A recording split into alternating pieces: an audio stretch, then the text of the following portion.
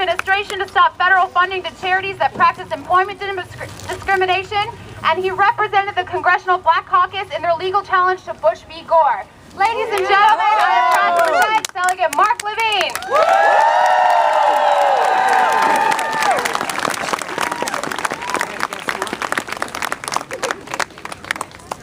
They gave me a megaphone. Wow. This is a dangerous instrument of power.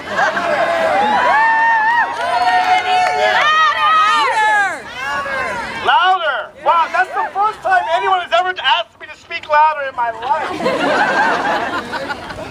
Y'all are beautiful. Look at this. I took the metro here from Braddock Station. It was busier than any weekday I've ever seen. On my train were people from New Jersey and New York and Oregon, and plenty from right across the river, the fun side of the Potomac, from Alexandria, Virginia. Arlington and Fairfax. I gotta tell you, Richmond. I've been enjoying the last few days of President Obama. Yeah. I don't know about you, I heard every word of President Obama's last speech to the nation.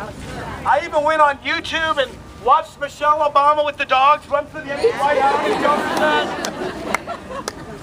And even yesterday morning, I was in Richmond, in the state capitol, and I was talking with my colleagues, and I said, you know, we have a great republic for at least 3 more hours. And then I walked out of the state capitol, and the church bells began to ring noon, and a heavy rain began to fall. And my first thought was, God is crying. But I thought about it some more, and I realized the rain was a wake-up call. All of you, we all need to wake up. I gotta tell you something, I've been dreaming, okay? I never dreamed that anything like this could happen in America. I was counting down the days to President Hillary Rodham Clinton. The first woman president of the United States. I couldn't wait. And I know Hillary Clinton. I had worked with her. I worked with her when I worked on Capitol Hill.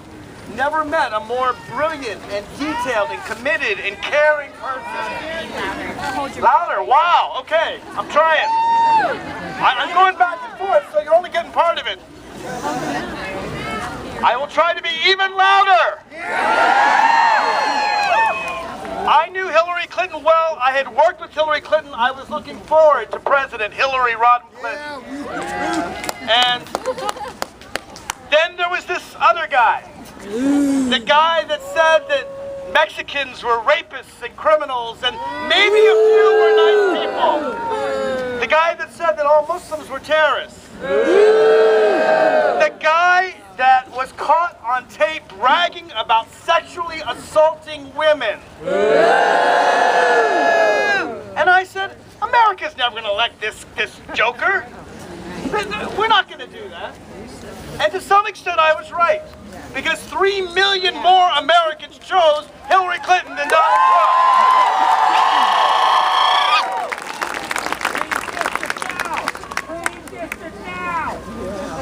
So one of the things that I'm working on in the Virginia General Assembly is legislation to get rid of the Electoral College.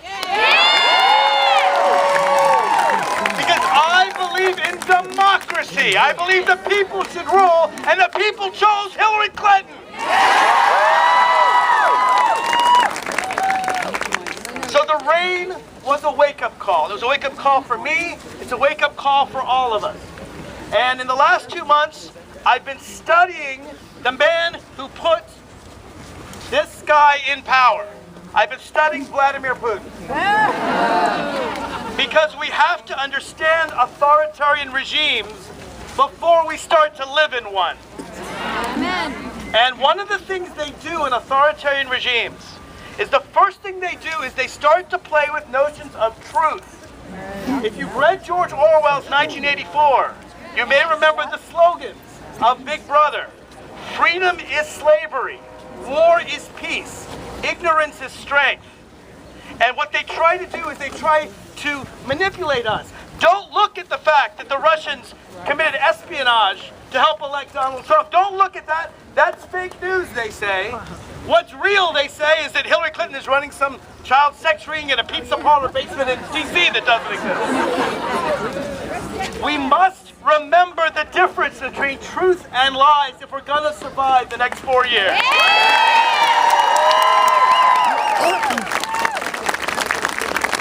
We must stay vigilant. We must remind our fellow Americans. This guy, and I don't even want to say his name, this guy made a bunch of promises yesterday that we all know he cannot keep. So when working class Americans start to realize they've been conned, it's up to each and every one of you here to talk to your friends and your colleagues and your neighbors and your relatives and remind them what he said.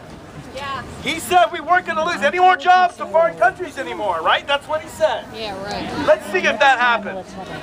He said he was going to drain the swamp. At the same time, he chose a Treasury Secretary who evicted a 90-year-old woman for being 27 cents late on a payment. My friends, that is the swamp.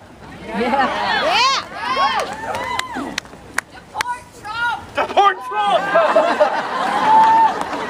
So listen, where we have strength is in all of us. All right? The system is rigged. The Electoral College is rigged. Gerrymandering is rigged. This is legal rigging. We need to change those things, and I'm working, and my colleagues in the General Assembly, my Democratic colleagues, are working every day to end gerrymandering. And I have a bill I'm going to share with all of you, my little secret, okay? But I just introduced it, so it's about to be public. I have a bill that says that nobody can be on the Virginia ballot for president unless they disclose their tax return.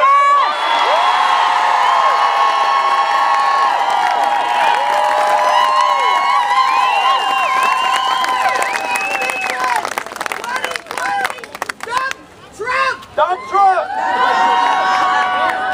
In that bill is also a requirement that anyone who wants to run for president and be on the Virginia ballot has to disclose any payments they've received from foreign entities for the last 10 years. Because my Constitution says you can't take payments from foreign entities and be president of the United States. And the president is supposed to uphold the Constitution of the United States. So let me just end by saying this. I have worked a lot to help victims of domestic violence, victims of sexual violence. I've worked a lot to help people who have been silenced, whether it be women, whether it be minorities, whether it be the LGBT community, whether it be Muslims or Jews or people or atheists or agnostics or anyone that doesn't share the majority religion. And the way that they stop us in authoritarian regimes is they scare us into silence. And every person that speaks out saves everyone else here. One of the things I've learned in the LGBT movement and in women's rights movement is that when you are silent, that's when they get you. Silence equals death. We in this world will never be silent.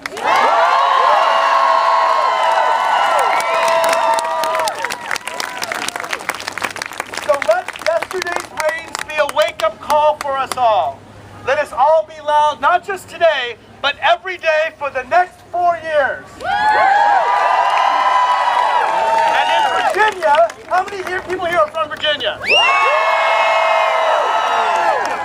This November in 2017, Virginians have the chance to show America which side we are on. The election this November will be the first election since the catastrophe of 11/8 to show Americans where we stand. We've got to elect Democrats up and down the ballot in Virginia.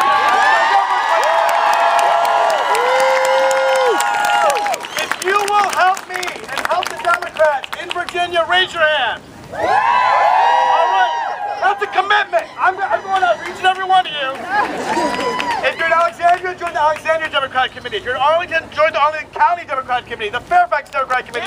Wherever you're from, we need your help. We need to take back Virginia. We need to take back this nation.